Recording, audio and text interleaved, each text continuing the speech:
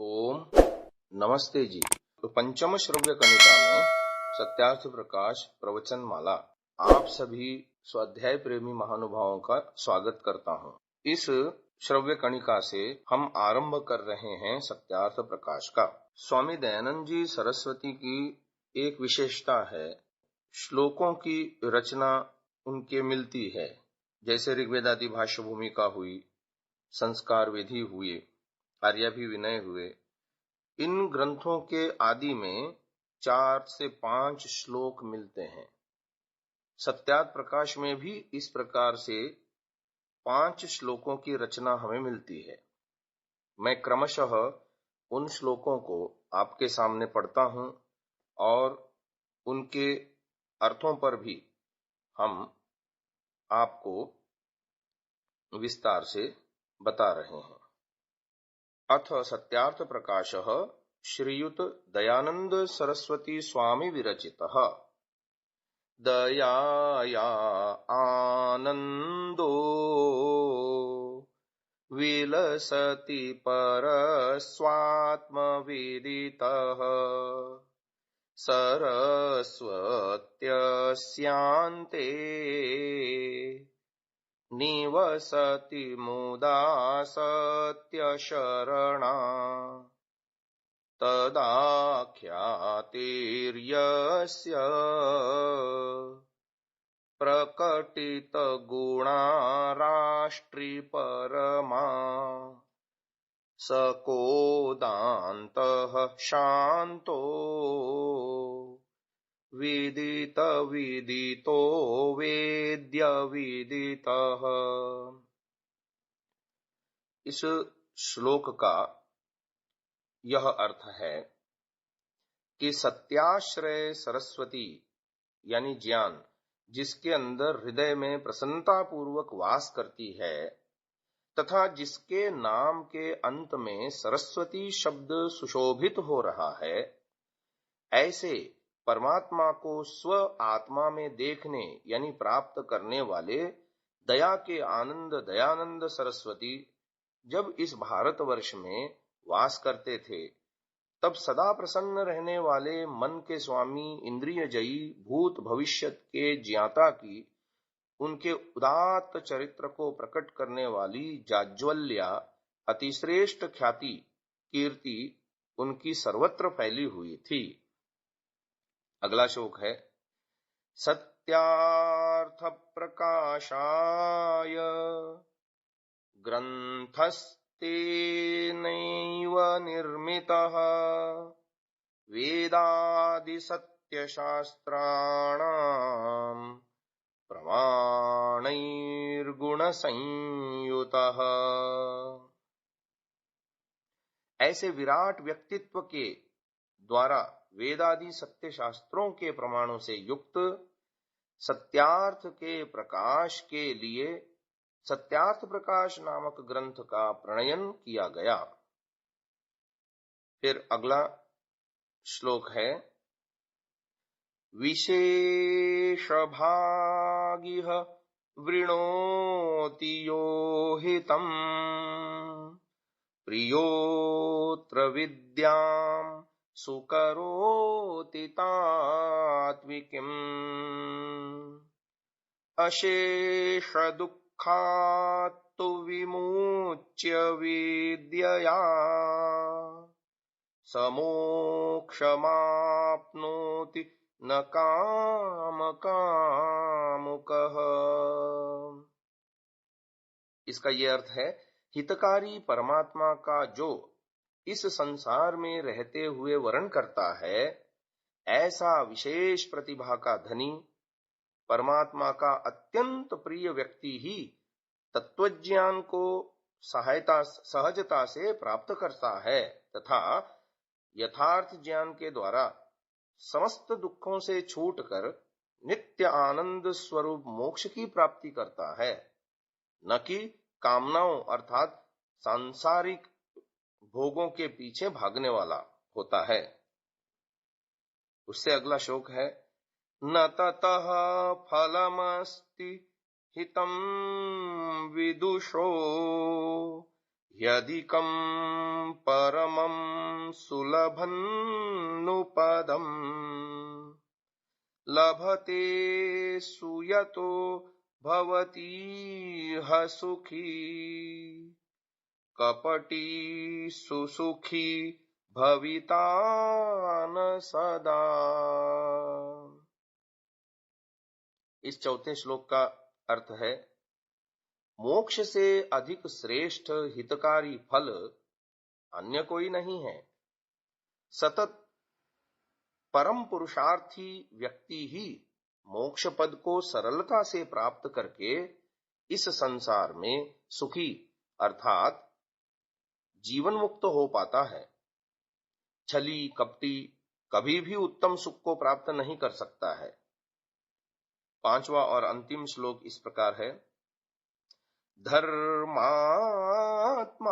विजयी स शास्त्र शरणो विज्ञान विद्यावरो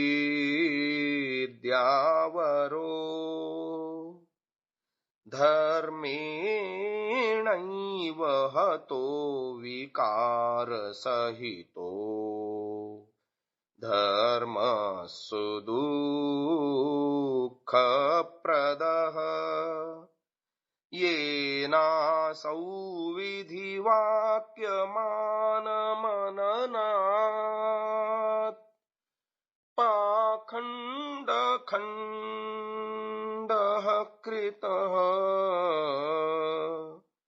सत्यं यो विदधाति शास्त्रविहितम् धन्योऽस्तु तादृग्भिः धन्योऽस्तु तादृग्भिः। इस श्लोक का अर्थ यह है, धर्मात्मा कालजयी शास्त्रैक शरण ज्ञान विज्ञान पारग उस दयानंद को छल कपट से मार दिया गया। वस्तुतः सभी दुर्गुणों का आधार अधर्म अत्यंत दुखदायी है। जिसने शास्त्रों के प्रमाणों से पाखंड का खंडन किया तथा वेद विहित सत्य की स्थापना की, ऐसे हे दयानंद आप धन्य हैं, आप धन्य हैं, आप धन्य हैं। महानुभाव, ये श्लोक प्रायः सभी संस्करणों में जो सत्यार्थ प्रकाश के छपे हैं नहीं मिलते। सर्वप्रथम मैंने इनको पढ़ा था सत्यार्थ प्रकाश कवितामृत, जो कि आर्य महाकवि जयगोपाल जी द्वारा विरचित हैं और कुसुमलता आर्य प्रतिष्ठान के द्वारा प्रकाशित है। विद्यामार्तंड स्वामी दीक्षानंद सरस्वती जी द्वारा संपादित वह संस्करण है जिसमें पूरा सत्यार्थ प्रकाश कविता में लिखा गया है। उसमें मुझे सर्वप्रथम देखने को मिला। उसके बाद मैंने स्वामी विद्यानंद जी सरस्वती द्वारा लिखी हुई सत्यार्थ भास्कर, जो सत्यार्थ प्रकाश का विस्तृत भाष्य है, जो कि रामलाल कपूर ट्रस्ट सोनीपत द्वारा जिसका प्रकाशन किया गया है, उस पुस्तक में भी मैंने इनको देखा। इसके बाद मैंने सुना है कि परोपकारिणी सभा द्वारा अभी जो हाल ही में छपे हुए संस्करण में इन श्लोकों को दिया गया है। तो इस तरह से अन्य संस्करणों में नहीं मिलते ये श्लोक, परंतु इन दो चार पुस्तकों में संस्करणों में ये पाए जाते हैं। ये मैंने आपके सामने इनका पढ़ दिया और इसका अर्थ भी बताया गया। इसको मैंने गाया भी है ससंगीत, जो मैंने कह रहा था सत्यार्थ प्रकाश कवितामृत, उसका 11 समुल्लास तक मैंने गाया है, उसमें ये विद्यमान है। अलग से इसकी ऑडियो क्लिप मैं डालूंगा, आप उसको भी श्रवण करें। ओम। आज के लिए इतना ही। ओम। ओम। सादर नमस्ते जी। छठी श्रव्य कणिका में आप सभी स्वाध्याय प्रेमी महानुभावों का सत्यार्थ प्रकाश स्वाध्याय एवं प्रवचन माला हेतु स्वागत करता हूं। ओम सच्चिदानंदेश्वराय नमो नमः। अथ सत्यार्थ प्रकाश भूमिका। ऋषि दयानंद लिखते हैं, जिस समय मैंने यह ग्रंथ सत्यार्थ प्रकाश बनाया था, उस समय और उससे पूर्व संस्कृत भाषण करने, पठन पाठन में संस्कृत ही बोलने और जन्मभूमि की भाषा गुजराती होने के कारण से मुझको इस भाषा का विशेष परिज्ञान न था। इससे भाषा अशुद्ध बन गई थी। अब भाषा बोलने और लिखने का अभ्यास हो गया है, इसलिए इस ग्रंथ को भाषा व्याकरणानुसार शुद्ध करके दूसरी बार छपवाया है। कहीं कहीं शब्द वाक्य रचना का भेद हुआ है, सो करना उचित था, क्योंकि इसके भेद किए बिना भाषा की परिपाटी सुधरनी कठिन थी। परंतु अर्थ का भेद नहीं किया गया है, प्रत्युत विषय तो लिखा गया है। हाँ, जो प्रथम छपने में कहीं कहीं भूल रही थी, वह निकाल शोध कर ठीक ठीक कर दी गई है। यह ग्रंथ 14 समुल्लास अर्थात 14 विभागों में रचा गया है। इसके 10 समुल्लास पूर्वार्ध और 4 उत्तरार्ध में बने हैं, परंतु अंत्य के 2 समुल्लास और पश्चात स्व सिद्धांत किसी कारण से प्रथम संस्करण में नहीं छप सके थे, अब वे भी छपवा दिए हैं। महानुभाव,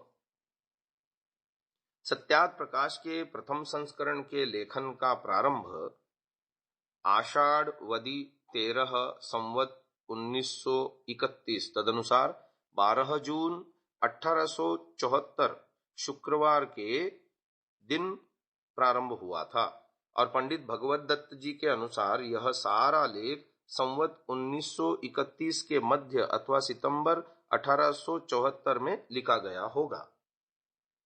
इस ग्रंथ की भाषा व्याकरणानुसार ठीक ठीक कर दी गई है, ऐसा ऋषि दयानंद लिख रहे हैं।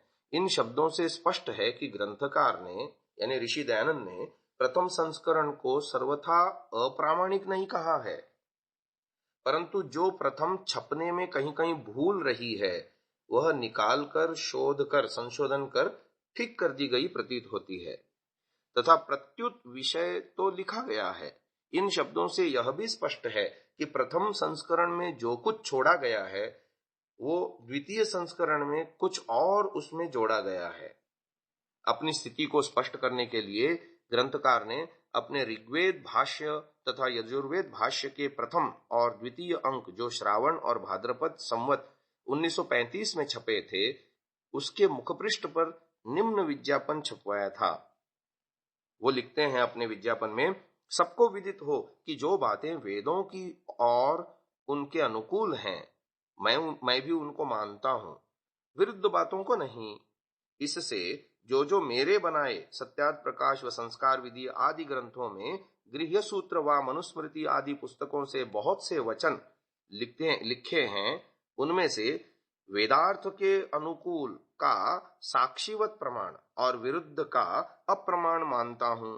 जो बातें वेदार्थ से निकलती हैं, उन सबको प्रमाण मानता हूं, क्योंकि वेद ईश्वर वाक्य होने से मुझको सर्वथा मान्य है, और जो ब्रह्मा से लेकर जैमिनी मुनि पर्यंत महात्माओं के बनाए वेदानुकूल ग्रंथ हैं, उनको मैं भी साक्षी के समान प्रमाण मानता हूं।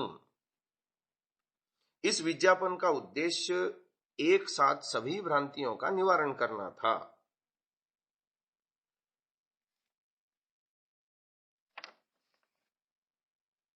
अब 14 समुल्लासों में प्रथम संस्करण राजा जयकृष्ण दास मुरादाबाद ने छपवाया था। वे अंग्रेजी के पृष्ठपोषक और उनकी चाकरी करते थे, अंग्रेजों के नौकर हुआ करते थे। राजा की उपाधि भी उन्हें अंग्रेज शासकों से ही मिली थी। उधर राजा जी का मुसलमानों यानी सर सैयद अहमद खां आदि से भी विशेष संपर्क था। वे इन लोगों को रुष्ट नहीं कर सकते थे, इस कारण प्रथम संस्करण में 13वां और 14वां समुल्लास नहीं छापा गया। राजा जी के परिवार में प्रथम संस्करण की हस्तलिखित कॉपी सुरक्षित है। उनमें ये दोनों समुल्लास यद्यपि विद्यमान हैं, परोपकारिणी सभा के स्वर्गीय मंत्री दीवान बहादुर हरविलास शारदा ने राजा जी के उत्तराधिकारी से प्रथम संस्करण की हस्तलिखित कॉपी मंगवाकर उसके फोटोस्टेट करवा लिया था। यह फोटो कॉपी परोपकारिणी सभा के संग्रह में सुरक्षित है, परंतु उसमें हस्तलेख में 13वां समुल्लास इस्लाम के संबंध में है और 14वां ईसाई मत के संबंध में है। प्रयोजन सत्यार्थ प्रकाश के प्रणयन में आगे जो प्रयोजन है उससे पहले हम महर्षि दयानंद जी ने भूमिका में जो विषय लिखे हैं वो भी पढ़ देते हैं आपके सामने। पहला है प्रथम समुल्लास में ईश्वर के ओंकार आदि नामों की व्याख्या। दूसरा है द्वितीय समुल्लास में संतानों की शिक्षा। तीसरा है तृतीय समुल्लास में ब्रह्मचर्य पठन पाठन व्यवस्था, सत्यासत्य ग्रंथों के नाम और पढ़ने पढ़ाने की रीति। चौथे क्रम में है चतुर्थ समुल्लास में विवाह और गृहस्थाश्रम का व्यवहार। पंचम समुल्लास में वानप्रस्थ और संन्यास आश्रम की विधि। छठे समुल्लास में राजधर्म। सप्तम समुल्लास में वेद ईश्वर विषय। अष्टम समुल्लास में जगत की उत्पत्ति स्थिति और प्रलय। नवम समुल्लास में विद्या अविद्या बंध और मोक्ष की व्याख्या। 10वें समुल्लास में आचार अनाचार और भक्ष्याभक्ष्य विषय। एकादश समुल्लास में आर्यावर्तीय मतमतांतर का खंडन मंडन विषय और द्वादश समुल्लास में चारवाक बौद्ध और जैन मत का विषय। त्रयोदश समुल्लास में ईसाई मत का विषय और 14वें समुल्लास में मुसलमानों के मत का विषय और 14 समुल्लासों के अंत में आर्यों के सनातन वेद विहित मत की विशेषतः व्याख्या लिखी है, जिसको मैं भी यथावत मानता हूं। अब आगे लिखते हैं ऋषि दयानंद, मेरा इस ग्रंथ के बनाने का मुख्य प्रयोजन सत्य अर्थ का प्रकाश करना है, अर्थात जो सत्य है उसको सत्य और जो मिथ्या है उसको मिथ्या ही प्रतिपादित करना सत्य अर्थ का प्रकाश समझा है। वह सत्य नहीं कहा था जो सत्य के स्थान में असत्य और असत्य के स्थान में सत्य का प्रकाश किया जाए, किंतु जो पदार्थ जैसा है उसको वैसा ही कहना, लिखना और मानना सत्य कहाता है। महानुभाव, ये प्रयोजन बहुत महत्वपूर्ण है। यूं कहें तो ये जो एक परिच्छेद मैंने आपके सामने पढ़ा वो पूरा का पूरा इस ग्रंथ की आत्मा है, सार है। अर्थात सत्यार्थ प्रकाश के प्रणयन में ग्रंथकार ऋषि दयानंद जी सरस्वती का प्रयोजन मनुष्य मात्र को सत्य असत्य का निर्णय करा के सत्य को ग्रहण कराने और असत्य को छुड़ाने का सामर्थ्य प्राप्त करना था। वे अन्यत्र लिखते हैं, इन मतों के थोड़े थोड़े ही दोष प्रकाशित किए हैं जिनको देखकर मनुष्य लोग सत्यासत्य का निर्णय कर सके और सत्य का ग्रहण असत्य का त्याग करने कराने में समर्थ होवें। इन सब मतवादियों, इनके चेलों और अन्य सबको परस्पर सत्यासत्य के विचार करने में अधिक परिश्रम न हो, इसलिए यह ग्रंथ बनाया है।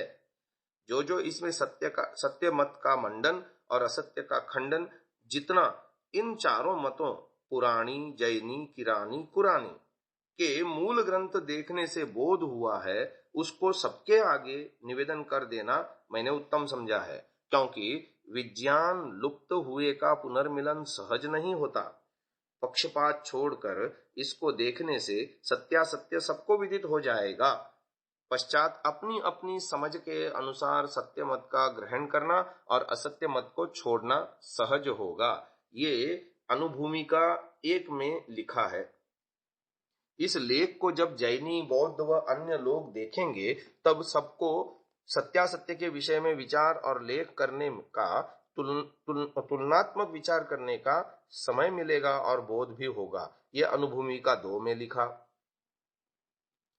फिर आगे लिखते हैं, तुलनात्मक अध्ययन क्या है? सब मत मतांतरों का तुलनात्मक अध्ययन किए बिना सत्यासत्य का निर्णय नहीं हो सकता।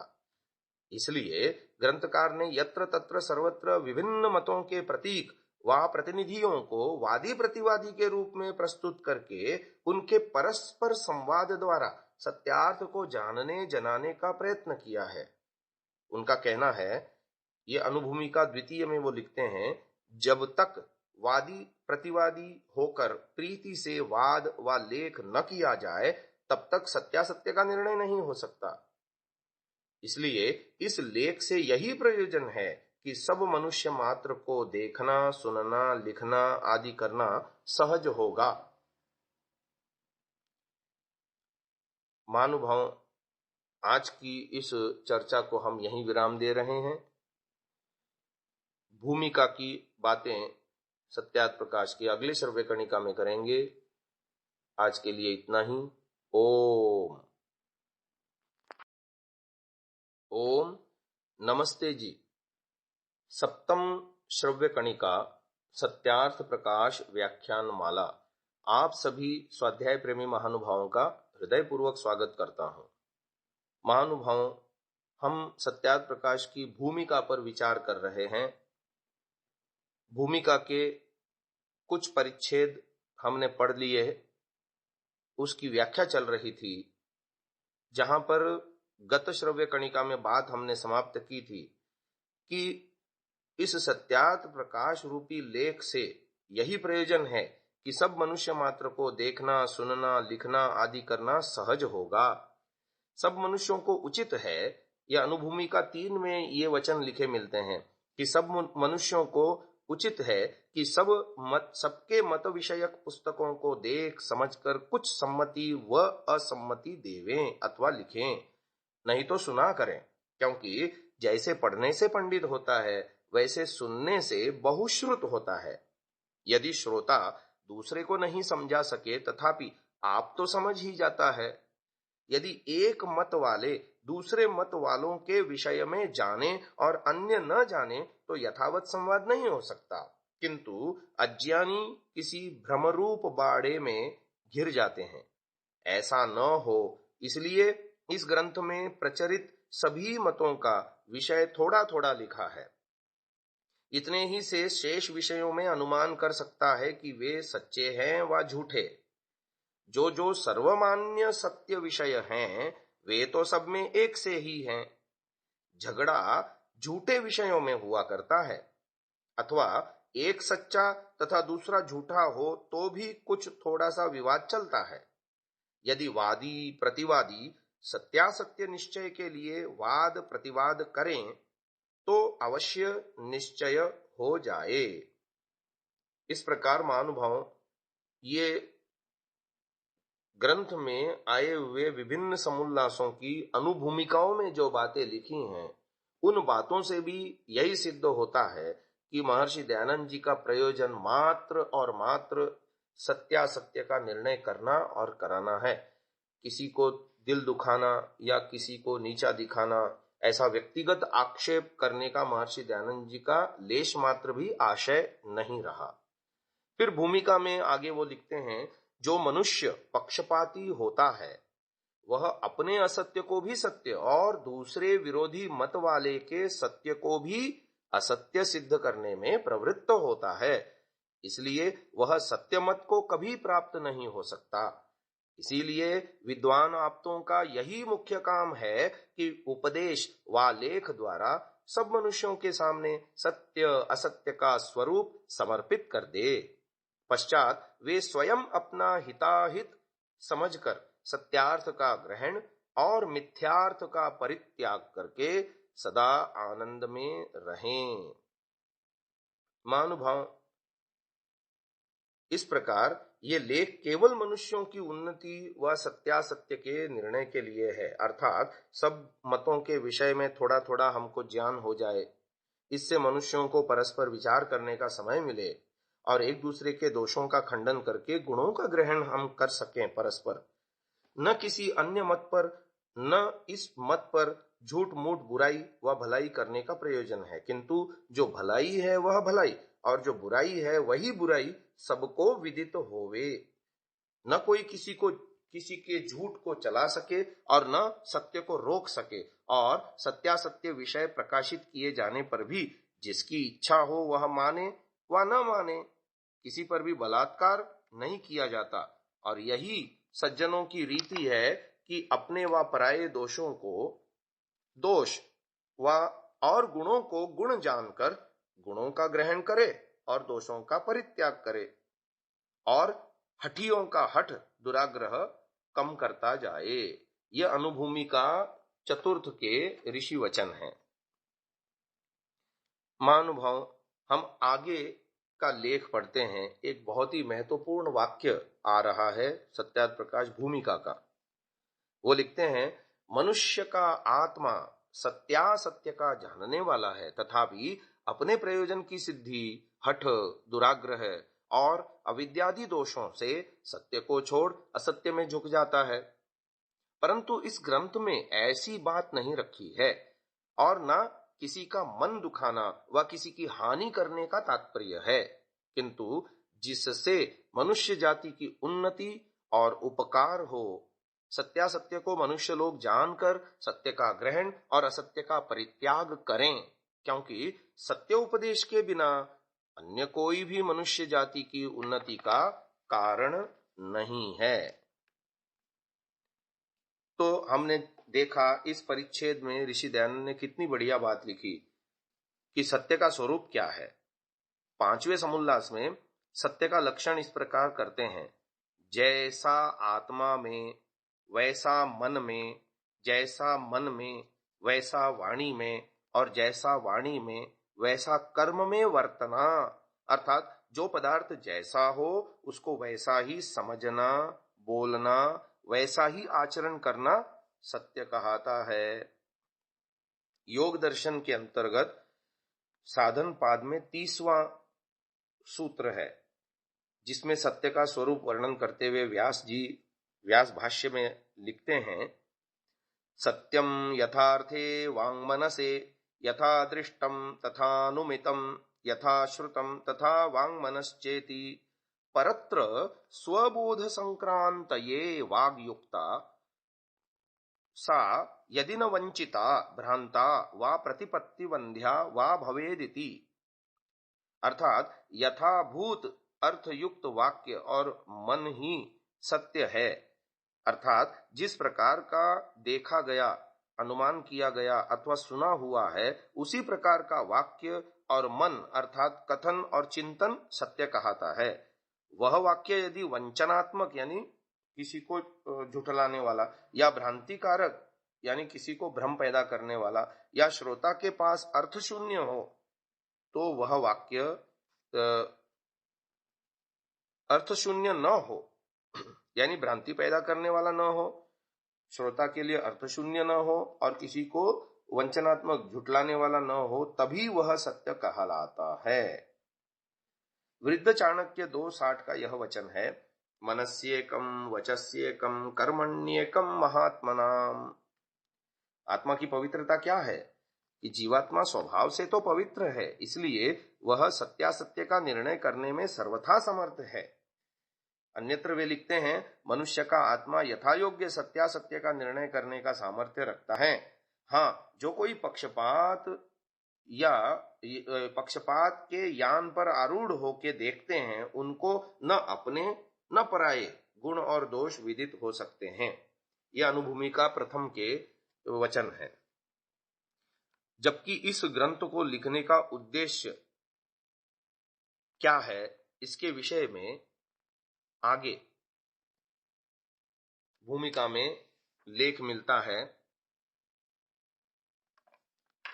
इस ग्रंथ में जो कहीं कहीं भूल चूक से अथवा शोधने तथा छापने में भूल चूक रह जाए, उसको जानने जनाने पर जैसा वह सत्य होगा वैसा ही कर दिया जाएगा, और जो पक्षपात से अन्यथा शंका व खंडन मंडन करेगा उस पर ध्यान न दिया जाएगा। हाँ, जो वह मनुष्य मात्र का हितैषी होकर कुछ जनावेगा, उसको सत्य सत्य समझने पर उसका मत संगृहीत होगा। यद्यपि आजकल बहुत से विद्वान प्रत्येक मतों में हैं, वे पक्षपात छोड़ सर्वतंत्र सिद्धांत अर्थात जो बातें सबके अनुकूल सब में सत्य हैं उनका ग्रहण, और जो एक दूसरे से विरुद्ध बातें हैं उनका त्याग कर परस्पर प्रीति से वर्ते वर्तावें, तो जगत का पूर्ण हित होवे। क्योंकि विद्वानों के विरोध से अविद्वानों में विरोध बढ़कर अनेक विध दुख की वृद्धि और सुख की हानि होती है। इस हानि ने, जो कि स्वार्थी मनुष्यों को प्रिय है, सब मनुष्यों को दुख सागर में डुबा दिया है। महानुभाव, इस वचन की व्याख्या हम अगली श्रव्य कणिका में करेंगे। अभी इसको यहीं विराम देते हैं। इति ओम शम। ओम नमस्ते जी। सत्यार्थ प्रकाश स्वाध्याय एवं प्रवचन माला की अष्टम श्रव्य कणिका में आप सभी स्वाध्याय प्रेमी महानुभावों का मैं हार्दिक स्वागत करता हूं। सत्यार्थ प्रकाश भूमिका पर हम आपके सामने व्याख्यान कर रहे हैं। जैसा कि गत श्रव्य कणिका में हमने आपको बताने की कोशिश की कि महर्षि दयानंद जी का इस ग्रंथ को लिखने का क्या प्रयोजन था, उनका क्या आशय रहा, इस विषय को हम और आगे बढ़ाते हैं। भूमिका में लिखे हुए बातों पर विस्तृत व्याख्या सत्यार्थ भास्कर नामक ग्रंथ में स्वामी विद्यानंद जी सरस्वती लिखते हैं। उनमें से चुनी हुई बातों को मैं आपके सामने रख रहा हूं कि देखो, सत्यासत्य ग्रंथ में आत्मा की पवित्रता,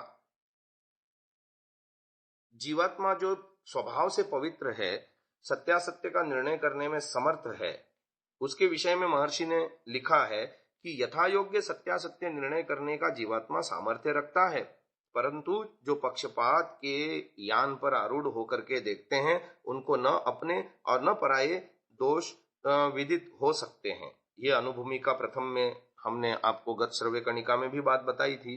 आगे वो लिखते हैं, किसी के मन को दुखाना या किसी का हानि करना या विरोध करना या किसी पर मिथ्या आरोप लगाना ग्रंथकार को अभीष्ट नहीं था, क्योंकि उन्हीं का लेख है ऋषि दयानंद का अनुभूमिका 1 में कि मेरे कर्म में यदि उपकार न माने तो विरोध भी न करें, क्योंकि मेरा तात्पर्य किसी का विरोध व हानि करने में कतई नहीं है, किंतु सत्यासत्य का निर्णय करने कराने में है। और इसमें जैनी लोगों को बुरा न मानना चाहिए, क्योंकि जो हमने इनके मत विषय में लिखा वह केवल सत्यासत्य के निर्णय के लिए है, न कि विरोध व हानि करने के लिए। यह अनुभूमिका 2 में लिखा हुआ लेख है। यह लेख केवल सत्य की वृद्धि और असत्य के ह्रास होने के लिए है, न कि किसी को दुख व हानि करने अथवा मिथ्या दोष लगाने के अर्थ है। यह लेख अनुभूमिका 3 में मिलता है। आगे अनुभूमिका 4 में वो लिखते हैं, क्योंकि यह लेख हठ, दुराग्रह, ईर्ष्या, द्वेष, वाद विवाद और विरोध घटाने के लिए किया गया है, न कि इनको बढ़ाने के लिए, क्योंकि एक दूसरे की हानि करने से पृथक रहकर परस्पर लाभ पहुंचाना हमारा मुख्य धर्म है। अब सत्यासत्य को जानने का उद्देश्य क्या है कि सत्यासत्य का विवेचन मात्र बुद्धि विलास नहीं है, इसका उद्देश्य मानव जाति की उन्नति में सहायक होना है। महर्षि वेद व्यास जी ने अपने योग दर्शन के भाष्य में लिखते हैं, एषा सर्वभूतोपकारार्थम प्रवृत्ता न भूतोपघाताय, यदि चैव मप्यभिधीयमाना भूतोपघात परैव स्यान्न सत्यम भवेत् पापमेव भवेत्, तेन पुण्याभासेन पुण्या प्रतिरूपकेण कष्टतमं प्राप्नुयात्, तस्मात् परीक्ष्य सर्वभूतहितं सत्यम ब्रूयात्। ये भाष्य मिलता है योग सूत्र साधन पाद के 3 सूत्र पर, 30वें सूत्र पर। अर्थात सत्य का कथन करने वाला वाक्य सर्वभूत का उपघातक न होकर उपकार रूप से प्रयुक्त होना चाहिए।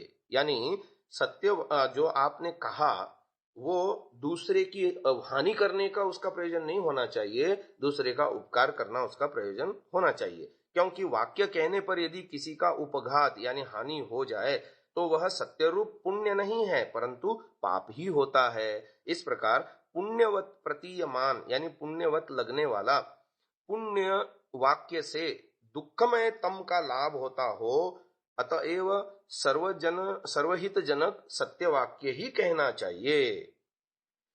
ग्रंथकार की मान्यता है, यानी ऋषि दयानंद की यह मान्यता है कि सत्य के जय और असत्य के क्षय अर्थात मित्रता से वाद संवाद और लेख करना ही मनुष्य जाति का मुख्य काम है। यदि ऐसा न हो तो मनुष्य की उन्नति कभी न हो। ये वचन मिलते हैं अनुभूमिका द्वितीय में। मनुष्य का जन्म होना सत्यासत्य के निर्णय के लिए है, न कि वाद विवाद विरोध करने कराने के लिए। इसी मत मतांतर के विवाद से जगत में जो जो अनिष्ट फल हुए, होते हैं और होंगे, उनको पक्षपात रहित विद्वज्जन जान सकते हैं। जब तक इस मनुष्य जाति में परस्पर मिथ्या मत मतांतर का विरुद्धवाद न छूटेगा, तब तक अन्योन्य को आनंद न होगा। यदि हम सब मनुष्य और विद्वज्जन ईर्ष्या द्वेष छोड़ सत्यासत्य का निर्णय करके सत्य का ग्रहण और असत्य का त्याग करना कराना चाहिए, तो हमारे लिए यह बात असाध्य नहीं है। ये वचन मिलते हैं अनुभूमिका प्रथम में। सत्य के प्रति अगाध श्रद्धा और आस्था के कारण ही ग्रंथकार यानी ऋषि दयानंद ने अपने द्वारा संस्थापित आर्य समाज के नियमों में उसे अत्यंत महत्वपूर्ण स्थान दिया है। आर्य समाज का चौथा और पांचवा नियम क्रमशः इस प्रकार है। चौथा नियम है सत्य के ग्रहण करने और असत्य के छोड़ने में सर्वदा उद्यत रहना चाहिए। और पांचवा नियम है सब काम धर्मानुसार अर्थात सत्य और असत्य को विचार करके करने चाहिए। ईश्वर और वेद के प्रति दृढ़ विश्वास, असीम श्रद्धा एवं गहरी आस्था के मूल में भी ग्रंथकार ऋषि दयानंद की यह मान्यता थी कि ईश्वर सभी सत्य विद्याओं का आदि मूल है। ये प्रथम नियम में हम देखते हैं। और सब द्वितीय नियम में लिखते हैं कि वेद सब सत्य विद्याओं का तृतीय नियम में, क्षमा चाहता हूं, तृतीय नियम में महर्षि दयानंद लिखते हैं कि वेद सब सत्य विद्याओं का पुस्तक है। अब सत्य को सर्वोपरि मानने के कारण ग्रंथ ने अपनी बात को कभी अंतिमेथम के रूप में प्रस्तुत नहीं किया कि यही सत्य है और ये अंतिम सत्य है। ऐसा वो कहीं नहीं कहते। इसीलिए उन्होंने अपने लेख में ये लिखा कि लेखन व मुद्रण में असावधानी के कारण हुई भूल का संकेत किए जाने पर जैसा वहां सत्य होगा वैसा ही करने के लिए मैं सदा तत्पर हूं। मुंशी बख्तावर सिंह के नाम भेजे अपने एक पत्र में उन्होंने लिखा था कि जो संस्कृत वाक्य प्रबोध पुस्तक छपाया है सो बहुत ठिकानों में उसका लेख अशुद्ध है और कई कई ठिकानों में संस्कृत वाक्य प्रबोध के अशुद्ध भी छापा है। इस अशुद्धि के कारण तीन हैं। एक तो शीघ्र बनना, मेरा चित्त स्वस्थ न होना, दूसरा भीमसेन के अधीन शोधने का होना और मेरा न देखना, उस प्रूफ को शोधना, तीसरा छापे खाने में कोई कंपोजिटर बुद्धिमान न होना। मुंशी बख्तावर सिंह के नाम ग्रंथकार का पत्र श्रावण शुक्ल 13 बुधवार संवत 1937 यानी 18 अगस्त 1880 में ऋषि दयानंद के पत्र और विज्ञापन तृतीय संस्करण 1980 भाग 1 पृष्ठ 387-88 में लिखा मिलता है। धार्मिक एकता, जो कि महर्षि दयानंद जी का विश्वास था कि विभिन्न मत वाले विद्वानों के विरोध ने ही सबको विरोध जाल में फंसा रखा है। यदि ये लोग अपने अपने प्रयोजनों में न फंसकर सबके प्रयोजनों को सिद्ध करना चाहें तो अभी एक मत हो जाएं। यह अनुभूमिका में ऋषि दयानंद लिखते हैं। सन 1857 की याद अभी लोगों को भूली नहीं है, परंतु उसके कारण जो स्वाभाविक एकता भारतीयों में पैदा हो गई थी वह धीरे धीरे क्षीण होती जा रही थी। जनता में निराशाजन्य अकर्मण्यता की भावना व्याप्त होती जा रही थी। मानो 1857 की पराजय के बाद उसने अपने आप को भाग्य के हाथों में सौंप दिया था। उसकी दशा का उस रूपवती विधवा जैसी है जिसका जीवन साथी तो चला गया हो, परंतु रूप के कारण अनेक लोलुप व कामुक पुरुष उस पर अत्याचार करना चाह रहे हों। ऐसी दशा में वह पीड़ा और व्यथा के कारण किसी का सामना न कर पाने के कारण अपने आप को उनकी दया पर छोड़ने को विवश हो जाती है। पर जहां अन्याय और अत्याचार होता है वहां उसका प्रतिरोध करने वाले भी तो पैदा हो जाते हैं। देश में व्याप्त असंतोष के फलस्वरूप यत्र तत्र विद्रोह के अंकुर फूटे थे।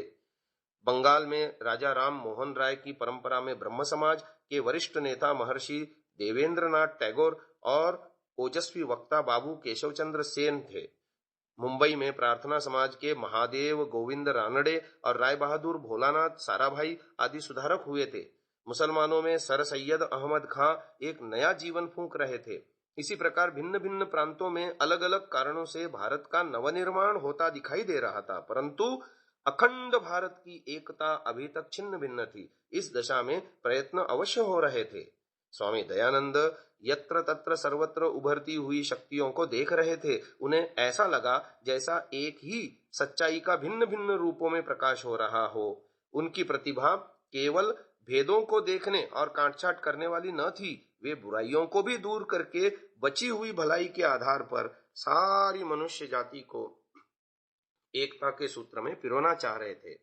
वे चाहते थे कि देश के भिन्न भिन्न धार्मिक नेताओं को एक मंच पर लाकर उन्हें ऐसी प्रेरणा करें जिससे उनकी विचारधारा में एकता आ जाए और वे सब मिलजुल कर सुधार की दिशा में आगे बढ़ें। वे उपयुक्त अवसर की तलाश में थे। जहां चाह वहां राह, उन्हें राह मिल गई। आगे की कथा को हम अगली श्रव्य कणिकाओं में आपके समक्ष रखेंगे। अभी के लिए इतना ही। ओम ओम नमस्ते जी। नवम श्रव्य कणिका सत्यार्थ प्रकाश स्वाध्याय एवं प्रवचन माला। आप सभी स्वाध्याय प्रेमी महानुभावों का हृदयपूर्वक स्वागत करता हूं। महर्षि दयानंद जी के सत्यार्थ प्रकाश ग्रंथ की भूमिका पर हम विचार कर रहे हैं। जैसा कि हमने गत श्रव्य कणिका में आपको बताने का प्रयास किया कि तात्कालीन भारत में जो है महर्षि दयानंद जी धार्मिक एकता के लिए राष्ट्र में जो अन्य अन्य प्रांतों में संशोधन के स्वर उठ रहे थे, उसमें सबको एक सूत्र में पिरोने के लिए प्रयास कर रहे थे और वो चाह रहे थे कि जो छोटे छोटे प्रयास हो रहे थे हर एक प्रांत में, उसको एक समग्र रूप दिया जाए।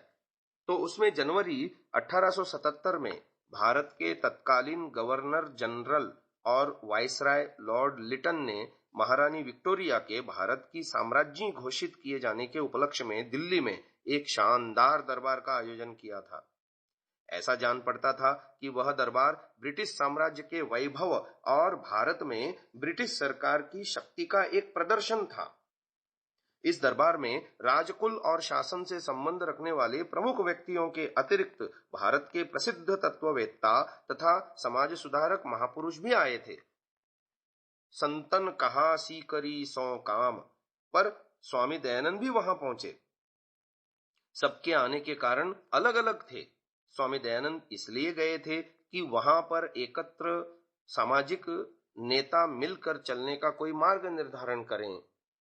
उनका विचार था कि देश के सारे राजा लोग वहां इकट्ठे होंगे और यदि वे मेरी बात को सुनेंगे तो बहुत जल्दी देश में एकता हो जाएगी। परंतु राज राजेश्वरी के दरबार के अवसर पर राजाओं को अपना अपना वैभव प्रदर्शित करने से ही अवकाश कहाँ था कि वे एक ऐसे सन्यासी की बात सुनते जो उस समय का सबसे बड़ा विद्रोही था और घोर नास्तिक के रूप में विख्यात था।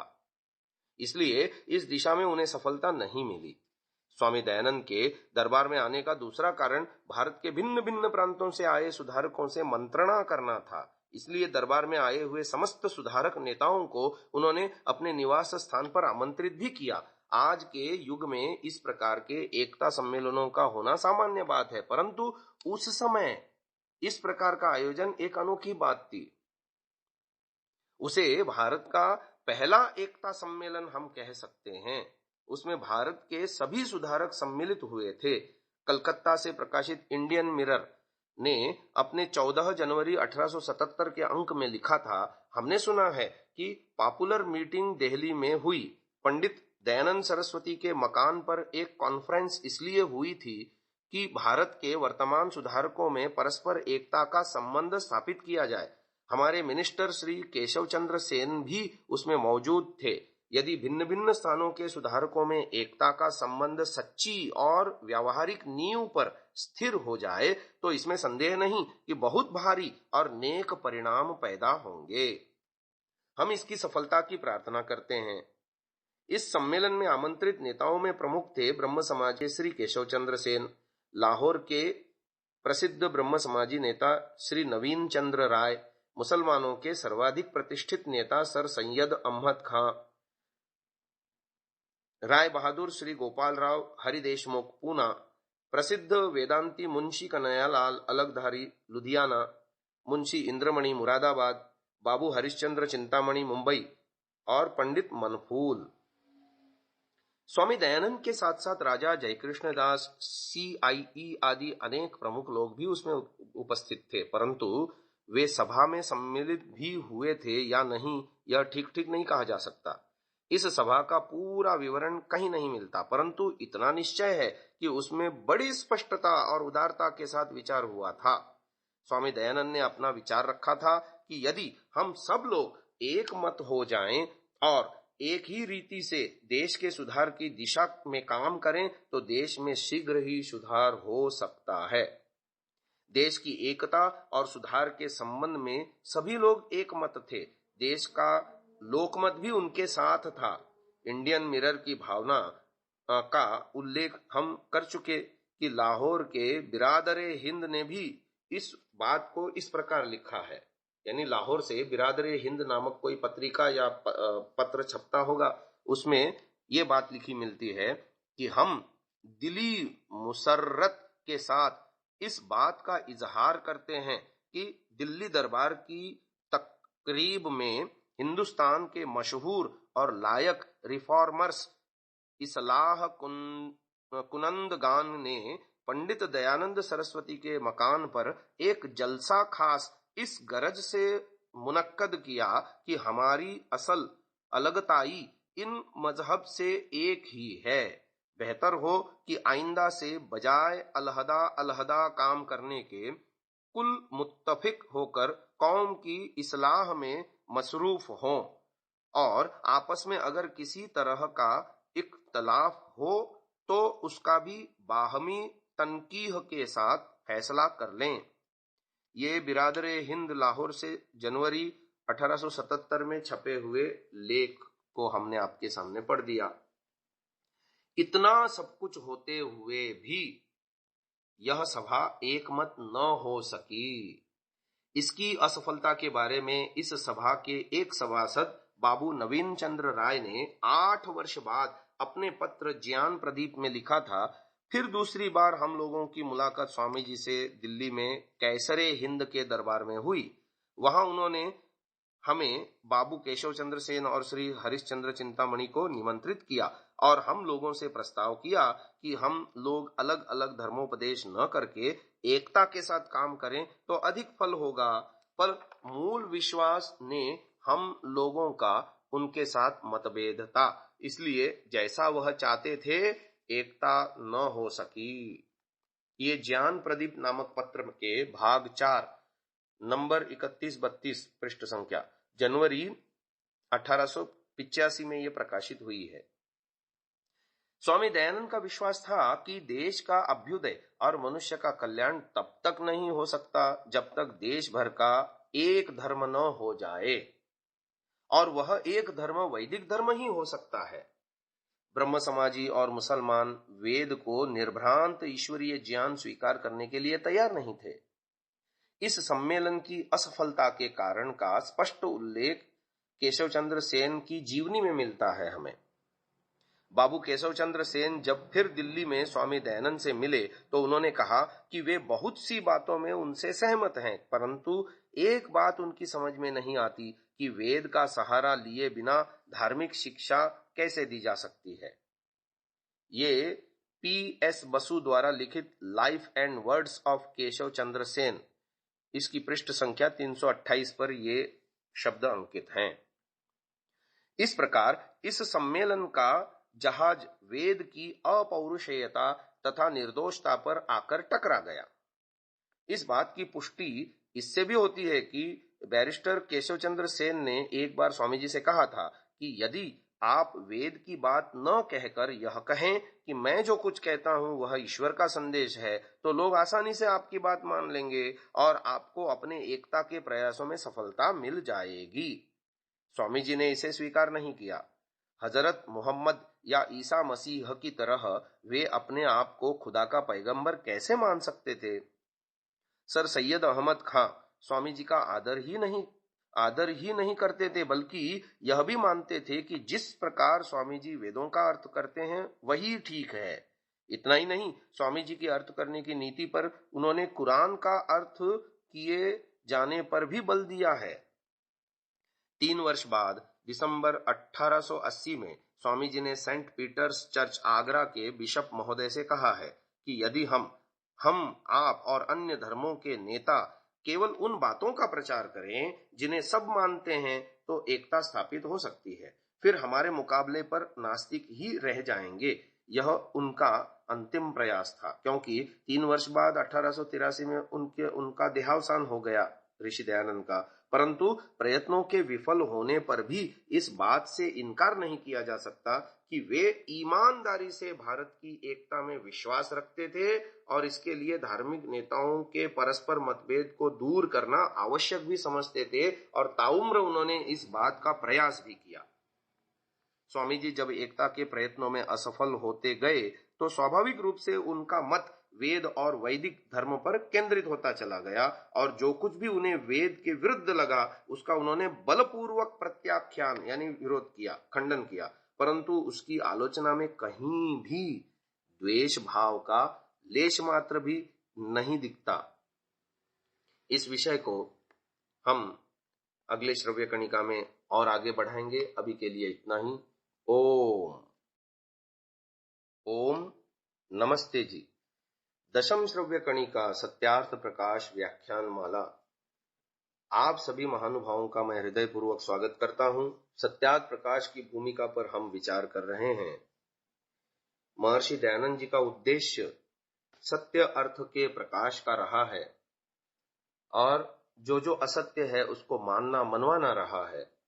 उसके लिए उन्होंने कैसे पूरे जीवन भर में प्रयास किए, विभिन्न मत पंथ संप्रदायों के और विभिन्न चिंतकों के लिए अवसर प्रदान किए, और उन अवसरों पर कैसे उन्होंने सबको एकत्रित करके सत्य बात को मनवाने के लिए उनको एक मंच पर लाने की कोशिशें की, प्रयास किए, उस बात को हम आपके सामने रख रहे थे। इसी संदर्भ में आगे का लेख मैं आपके सामने रख रहा हूं।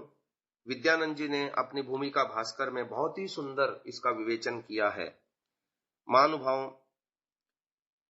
उनके संपर्क में यानी ऋषि दयानंद के संपर्क में आने वाले सभी लोग उनकी सद्भावना को लेकर पूरी तरह से सहमत थे। बाबू हरिश्चंद्र चिंतामणि से उन्होंने कहा था, यानी ऋषि दयानंद ने कहा था, मेरा उद्देश्य सबको ऐसे प्रयास में मिलाना है जैसे जुड़े हुए हाथ। मैं कोल से लेकर ब्राह्मण तक में एक जातीयता को जगाना चाहता हूं। मेरा खंडन हित के लिए है। ये वचन मिलते हैं देवेंद्रनाथ मुखोपाध्याय लिखित जीवन चरित्र में। महर्षि दयानंद जी ने गिरजे में जाकर बाइबल का खंडन किया और जहां भी अवसर मिला कुरान की भी भरपूर आलोचना की। तथापि अनेक प्रबुद्ध ईसाई और मुसलमान उनके भक्त थे। लाहौर में उनके प्रचार का केंद्र डॉक्टर रहीम खां की कोठी बनी, तो बंबई में आर्य समाज मंदिर के निर्माण में एक मुसलमान ने उदारता पूर्वक सहयोग दिया। यानी 1875 में 5,000 रुपए का सहयोग बहुत बड़ा सहयोग माना जा सकता है। स्वामी जी की महानता को सभी ने स्वीकार किया था, और उनके विरोधी, जिनमें काशी और महाराष्ट्र के प्रकांड विद्वान भी थे, वे भी उनकी विद्वत्ता को ही नहीं मानते थे, अपितु यह भी स्वीकार करते थे कि जो कुछ स्वामी जी कहते हैं वही ठीक है। परंतु युग का विरोध करने, उनका साथ देने का साहस कोई भी नहीं जुटा पाया। लेकिन फिर उन्हें गलत क्यों समझा गया? वस्तुतः किसी व्यक्ति और उसके विचारों को समझने के लिए उसे बार बार हर पहलू से देखना आवश्यक होता है। तब उसका वह रूप दिखाई देगा जो एकदम नया लगेगा। जो इस प्रकार से देखेगा उसे दयानंद की बाहरी रुक्षता के पीछे प्रेम से छलकते हुए कोमल और उदार हृदय के दर्शन होंगे। टॉलस्टॉय प्रथम आस्तिक था और मैक्सिम गोर्की प्रथम नास्तिक, परंतु टॉलस्टॉय के प्रति अपने हृदय की भावना को व्यक्त करते हुए गोर्की ने जो शब्द लिखे हैं वे कितने भावपूर्ण और सत्य हैं। वे लिखते हैं, नास्तिक होते हुए भी मैंने किसी अज्ञात प्रेरणा से खूब सावधान होकर परंतु डरते डरते उन्हें देखा और देखकर सोचा, यह मनुष्य तो परमात्मा जैसा है। दयानंद के संबंध में भी कुछ ऐसा ही कहने को लेखनी मचल रही है। विद्यानंद जी आगे लिखते हैं, यह कहा जा सकता है कि यदि स्वामी दयानंद को एक सर्वसम्मत धर्म की स्थापना करना अभीष्ट था तो उन्हें वेद पर आग्रह नहीं करना चाहिए था, परंतु उनका ऐसा करना सैद्धांतिक तथा व्यवहारिक दोनों दृष्टियों से सर्वथा उचित था। वेदों का सबसे प्राचीन होना निर्विवाद है। उनकी महनीयता को भी विश्व ने स्वीकारा है। क्या यह केवल अंधविश्वास था या इसकी पृष्ठभूमि में कोई गहन चिंतन था? केवल अंधविश्वास के आधार पर कोई भी मान्यता निरवधिक काल तक नहीं टिक रही सकती। मनन चिंतनशील मानव किसी न किसी कालखंड में उसकी परीक्षा करेगा ही और चाहेगा। जब उसे अपनी मान्यता थोथे अंधविश्वास पर आधारित लगेगी तो उसे स्वीकार न कर पाने में उसको विवशता का आभास होने लगेगा। वेद के संबंध में किसी को यह आभास अब तक नहीं हुआ। वेदों की प्राचीनता को ध्यान में रखते हुए यह मान्यता भी कठिन नहीं होना चाहिए कि वेद द्वारा प्रतिपादित मूल धारा ही विभिन्न संप्रदायों व मतों के रूप में विभक्त हो गई है। जस्टिस गंगा प्रसाद द्वारा लिखी फाउंटेन हेड ऑफ रिलीजियंस में यह विचार सर्वथा सिद्ध किया गया है। क्रियात्मक दृष्टि से इसका एक लाभ यह था कि हिंदुओं के सभी संप्रदायों की वेद में श्रद्धा होने के कारण उन्हें एक मंच पर लाना आसान था, जबकि अन्य मतांतर भी किसी सीमा तक वेद के प्रति आस्थावान हो सकते थे। वेदों के प्राचीनतम होने से किसी भी धर्म के वैदिक धर्म से प्राचीन अथवा समकालीन होने का प्रश्न ही नहीं उठता। वर्तमान में संसार में अनेकों मत पंथ प्रचलित हैं, सभी के अपने अपने धर्म ग्रंथ हैं, इसीलिए उनके किसी न किसी संप्रदाय से संबंधित होने के कारण वे सभी सांप्रदायिक हैं। इसके विपरीत वेदों के समय में अन्य किसी भी धर्म का अस्तित्व ही न होने से वेदों तथा इसके कारण वैदिक धर्म का मानव धर्म के रूप में असांप्रदायिक, सार्वभौम, सार्वकालिक, सर्वमान्य होना तर्क से द्वारा प्रतिष्ठित है। विवाद के लिए कम से कम दो का होना तो आवश्यक है ना। अनेक में से किसी एक का भी छांटना विवाद का विषय हो सकता है, किंतु जब केवल एक ही एक हो तो उसका चुनाव निर्विरोध और सर्वसम्मत ही तो होगा ना। इसी प्रकार सब मतांतरों में एकता के लिए स्वामी दयानंद का सांझे धर्म के रूप में वैदिक धर्म के प्रति आग्रह सर्वथा युक्ति युक्त और अवसरोचित लगता है। इसी प्रकार की एक सभा का आयोजन स्वामी दयानंद के गुरु दंडी स्वामी विरजानंद जी ने सन 1861 के प्रारंभ में करना चाहा था। उस समय देशी रियासतों के राजाओं का एक दरबार आगरा में हुआ था, जिसमें बहुत से राजा महाराजा उपस्थित हुए थे। जयपुर के राजा राम सिंह उनमें प्रमुख थे। दंडी जी ने यानी विरजानंद जी ने उनके सामने यह विचार प्रस्तुत किया था कि एक सार्वभौम सभा का आयोजन किया जाए जिसमें देश भर के पंडित आमंत्रित हों। वे इस विषय पर विचार करें कि कौन से ऐसे प्रामाणिक ग्रंथ हैं जिन्हें सत्यासत्य एवं धर्माधर्म का निर्णय करने के लिए प्रमाण माना जा सके। राजा जयसिंह ऐसी सार्वभौम सभा का सारा खर्च उठाने को तैयार भी थे, परंतु अनेकों कारणों से इस सभा का आयोजन नहीं किया जा सका। 16 वर्ष बाद गुरुवर विरजानंद के शिष्य स्वामी दयानंद ने वैसा ही प्रयास किया, पर वे भी सफल न हो सके। हा हंत महानुभाव, ये पीड़ा है उस महान सन्यासी स्वामी विद्यानंद जी सरस्वती की, जो सत्यार्थ भास्कर में इतनी लंबी व्याख्या करने पर अभिव्यक्त करते हैं। हम फिर से सत्यार्थ प्रकाश की भूमिका पर आ जाते हैं।